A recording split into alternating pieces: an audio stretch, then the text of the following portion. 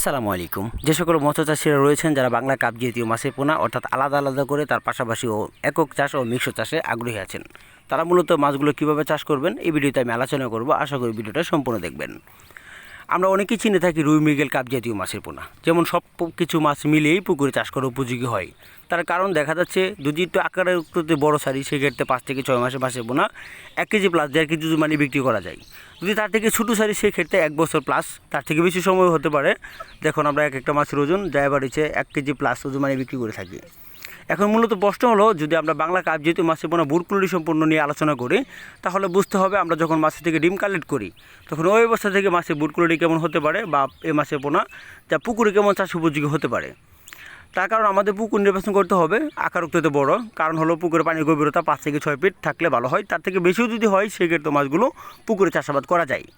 কিন্তু লক্ষ্য হলো পুকুর যেটা পুকুরে মাছগুলো চাষ করতে হবে সেই পুকুরটা অবশ্যই রোদের মধ্যে থাকতে হবে, অর্থাৎ পুকুরের জন্য 4 থেকে 5 ঘন্টা বা 6 থেকে 7 ঘন্টা রোদের তাপমাত্রা পড়তে পারে। বেশিরভাগ ক্ষেত্রে এরকম একটা পুকুর নির্বাচন করতে হবে।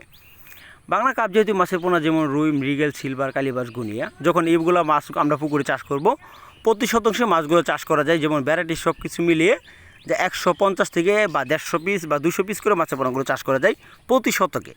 তার পাশাপাশি অন্য ক্যাটফিস যদি মাছ দিতে পারেন, ওইগুলো আলাদা আলাদা হিসাব। বাংলা কাপ যেহেতু মাছের পাশাপাশি দেখে প্রতি শতাংশে কাতল মাছ দেওয়া থাকে, যেমন 3টা 4টা 5টা করে কাতল মাছ প্রতি শতাংশে কালচার করে থাকে। তার পাশাপাশি বাংলা কাপ যেহেতু মাছ রয়েছে।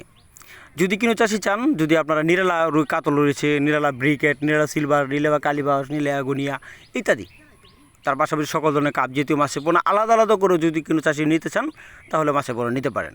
আর নার্সিং করার ক্ষেত্রে প্রতি শতাংশে 1000 থেকে 1200 বা 1500 থেকে 2000 পিস মাছগুলো নার্সিং করা যায় পুকুরে প্রতি শতাংশে। কেজিতে 100 থেকে 150 বানিয়ে বিক্রি করে দিতে চাবে একটা নার্সিংওয়ালা।